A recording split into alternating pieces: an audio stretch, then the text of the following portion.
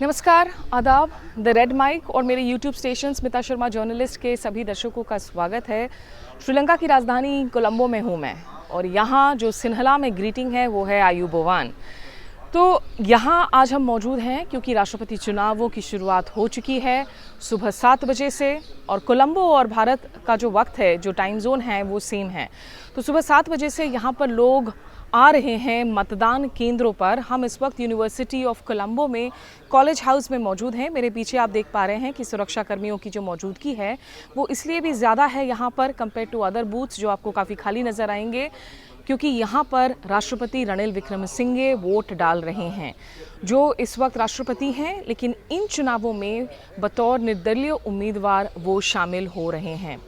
रणिल विक्रमसिंघे एक तरीके से कैट विथ 9 लाइव्स हैं। एक बहुत लंबी रेस का घोड़ा वो साबित हुए हैं, कई दफ़ा प्रधानमंत्री रहे, लेकिन राष्ट्रपति चुनावों में हमेशा उन्होंने हार का ही सामना किया।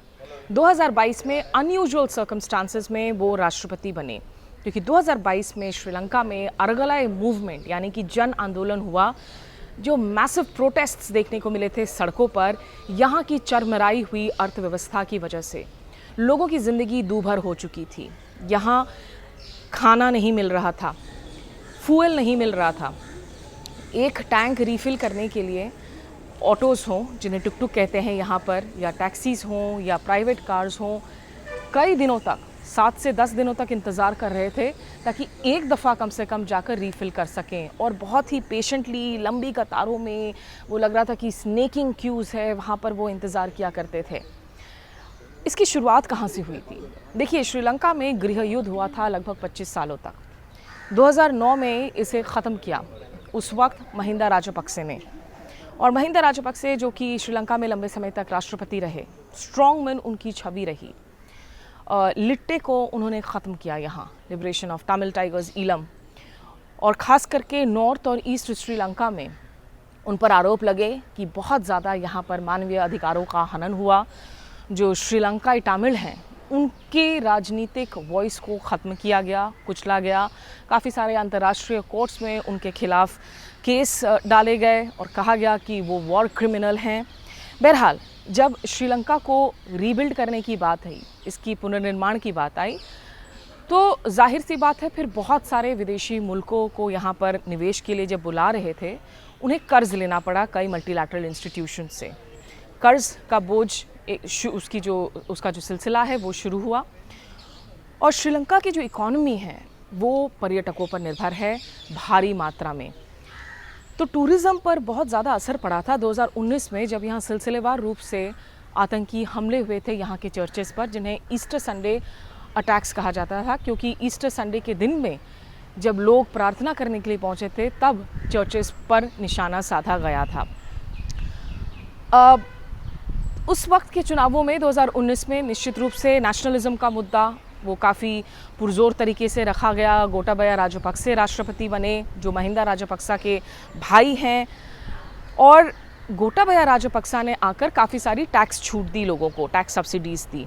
तो एक अर्थव्यवस्था जो ऑलरेडी चरमरा रही थी, उस पर आपने बहुत ज़्यादा टैक्स सब्सिडीज़ दे दिए पॉपुलिस्ट एक कदम के तहत, और 2020 हो गया, पैंडेमिक हो गया। पैंडेमिक की वजह से पर्यटक शून्य हो गए, तो यहाँ की अर्थव्यवस्था पूरी तरीके से क्रम्बल करने लगी।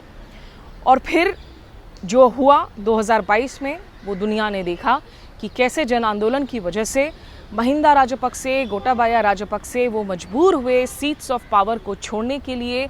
और उस दौरान भी वो इमेजेस आई थी, जैसा हाल के दिनों में आपने बांग्लादेश की राजधानी ढाका में देखा था, जहां गौनो भवन में प्रधानमंत्री शेख हसीना के आधिकारिक रेजिडेंस पर लोग घुस गए थे। वहाँ उनके निजी सामान लेकर वो जाने लगे थे, उनके सूटकेस, साड़ियाँ।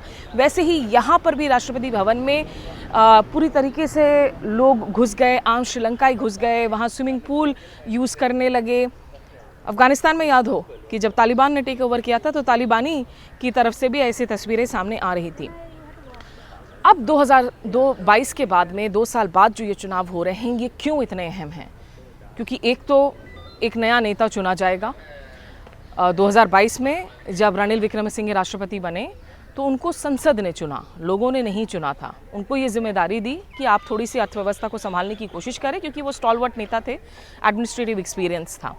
इंटरनेशनल मॉनेटरी फंड के साथ में बातचीत शुरू हुई। $2.9 बिलियन की एक बेल आउट पैकेज है, उस पर बातचीत चल रही है। बात काफ़ी आगे बढ़ गई है, लेकिन वो बेल आउट पैकेज के लिए काफ़ी डेट रीस्ट्रक्चरिंग करनी पड़ी, ऑस्टेरिटी मेजर्स इंट्रोड्यूस किए गए, तो लोगों को बहुत ज़्यादा जो है इन दिनों टैक्स देना पड़ रहा है।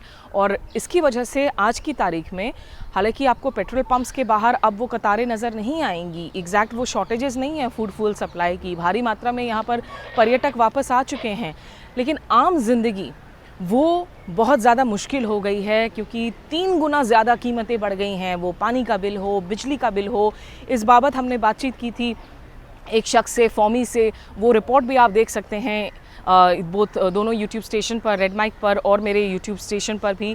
लेकिन जो लोगों की ज़िंदगियां हैं वो अभी भी बहुत मुश्किल हैं, लाइव्स डिफ़िकल्ट हैं, लाइवलीहुड्स मुश्किल हैं, जॉब क्राइसिस अभी भी बना हुआ है।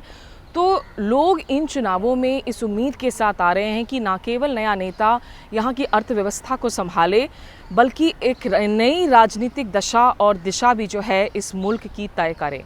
तो ऐसे में यहाँ पर जो 2 मेन इस वक्त कंटेंडर्स हैं जो रनिल विक्रमसिंघे को चुनौती दे रहे हैं, वो है अनुरा दिसानायके, जिन्हें AKD के नाम से जाना जाता है।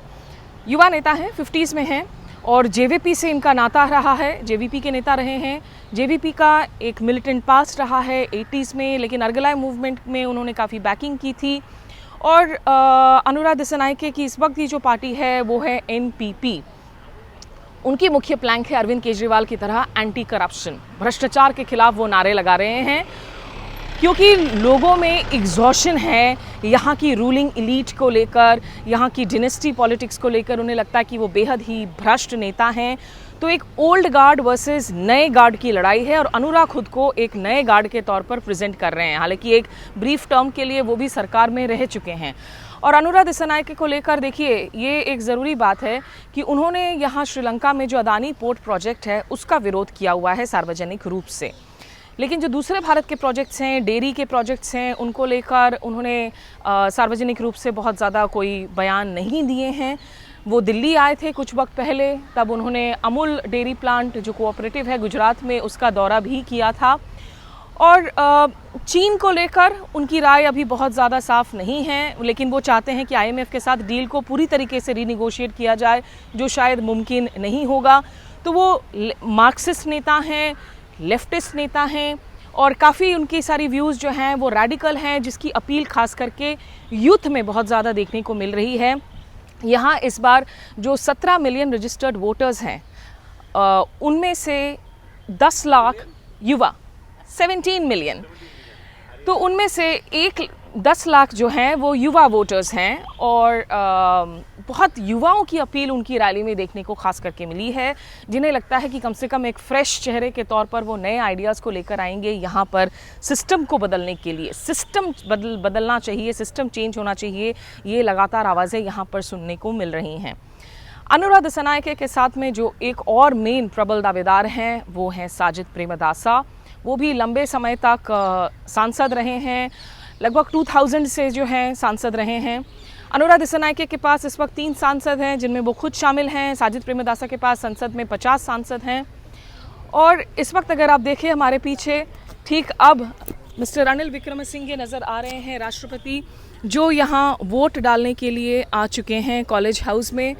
मैं आपको तस्वीरें दिखाती हूँ। President Wickremesinghe, sir, what are your hopes from this election this time, sir? My hopes are for Sri Lanka, that we'll have a developed Sri Lanka. As I said, Sri Lanka can and Sri Lanka will.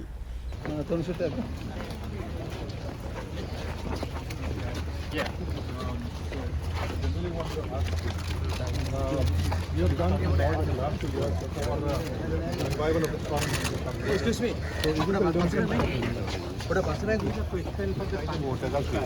So we have seen some rebellion also happen in the last 2 years. Do you think that this is the time? This is not the right time. So we are in a position now for people to exercise their franchise to determine their future. It is essential that we protect democracy and we don't allow the democratic systems to fall apart. I am happy that I have been able to make a major contribution to that. Thank you. Mister Anil Wickremesinghe जो vote डालने के लिए आए हैं और जिन्होंने दावा किया कि जो लीडर्स हैं वो भागकर वो उन लीडर्स में शामिल नहीं हैं जो मैदान से भाग गए हों, बल्कि इस देश को उन्होंने बैंक्रप्सी से निकाला है, ये उन्होंने दावा किया है। लोग इस दावे को एक्सेप्ट करते हैं या नहीं, स्वीकार करते हैं या नहीं, ये देखने वाली बात होगी। लेकिन जो इंटरेस्टिंग बात ये भी है कि साजिद प्रेमदासा अनुरा दिसानायके की होने की वजह से ये पहली दफ़ा है जब ये एक सीधे तौर पर डायरेक्ट कॉन्टेस्ट नहीं है, ट्रायंगुलर कॉन्टेस्ट है। और यहाँ पर फर्स्ट प्रेफरेंस वोट की जब काउंट होगी, क्योंकि लोगों को 3 प्रेफरेंस वोट मार्क करने पड़ते हैं बैलेट पेपर पर, तो उस वोट में 50% प्लस 1 वोट्स की ज़रूरत है किसी भी उम्मीदवार को जीतने के लिए। अगर वो नहीं मिलता है तो सेकंड प्रेफरेंस वोट्स की काउंट होगी। क्लियर इस बार जो है कोई विनर हो पाएगा या नहीं, इसमें मुश्किलात नज़र आ रहे हैं, इसलिए काउंटिंग प्रोसेस हो सकता है थोड़ी लंबे वक्त तक चले और रविवार तक इसके नतीजे निकल कर आ सके। What are you hoping, from these elections? Hoping for the best. And what is the best? That's up to you to decide. What's your name? I'm Sarojini Kadir Gama. How old are you? I'm in 2 months' time, I'll be 98. Wow. So at 98, you're still excited about the elections? And I you're am coming to vote? excited and I hope this country will get the president it deserves because it's a beautiful country and the people are so good but they're very gullible. So who do you think will make a better president today, ma'am? Well, at the moment, certainly I have voted for Sajid, hoping because he has a good team and I know he will not victimize minorities because they are minorities. Give them their due place.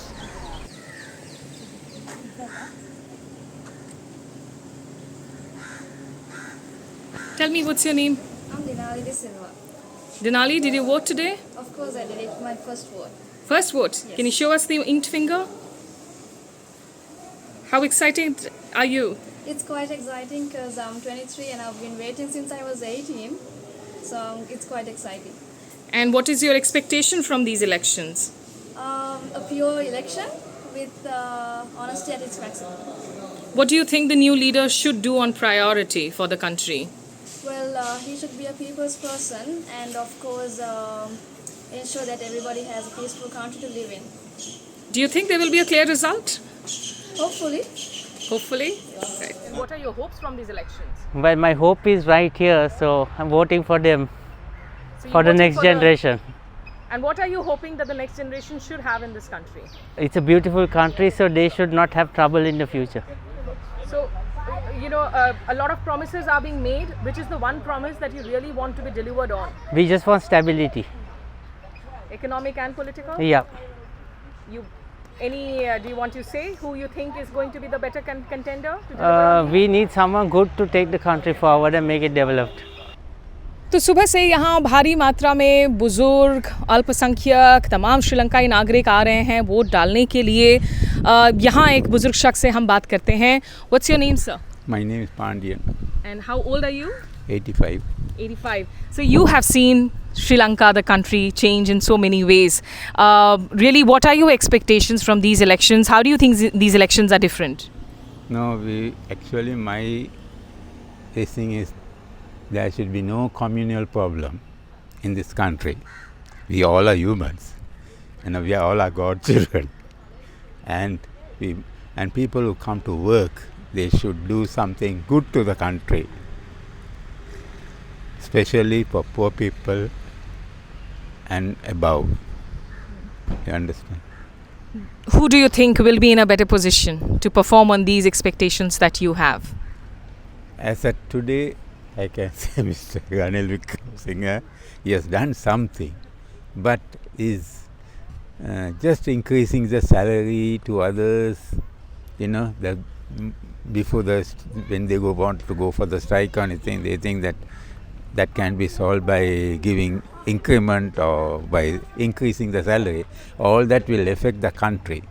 Frankly, I'm telling you. All must try to improve the productivity, increase the productivity. And there are a lot of coconut estates, you know, which only one crop is there. But they should change to 3 crops like Malaysia. Right. Because I was in Malaysia. So you think that there has to be some serious blueprint. ये चाहे कह रहे हैं कि कृषि क्षेत्र में आप कोकोनट पर इतने ज़्यादा निर्भर रहते हैं, क्रॉप डाइवर्सिफिकेशन कीजिए, आप अर्थव्यवस्था को ज़्यादा स्टेबल बनाइए, आप सिर्फ फ्रीबीज मत दीजिए, सिर्फ लोगों की सैलरी बढ़ाकर आप दिक्कतों को सुलझाने की मत सोचिए. Finally sir, one question right now. I mean, Mr. Wickremesinghe has been in talks with the IMF, but do you think he has emerged out of the shadow of the Rajapakshas? People are asking for change in the country. No, I'm not talking about the people who are ruling. People who come to rule the country, they should be honest to the country. That's all I had to say. Thank you so much sir. तो इन्होंने जो है अभी सुबह सुबह आकर यहाँ पर वोट डाला है और बहुत सारे ऐसे हमें लोग दिखे हैं यहाँ पर जो आकर अपने मतदान का इस्तेमाल कर रहे हैं. श्रीलंका में आमतौर पर हेवी वोटिंग देखने को मिलती है. पिछले चुनावों में 83% वोटिंग हुई थी. इस बार हमें लग रहा है कि वोटिंग और ज़्यादा होगी क्योंकि लोगों को लगता है कि ये चुनाव बहुत ज़्यादा अहमियत रखते हैं आने वाली पीढ़ियों के लिए भी, उनके मौजूदा भविष्य के लिए भी. कोलंबो में मैं स्मिता शर्मा.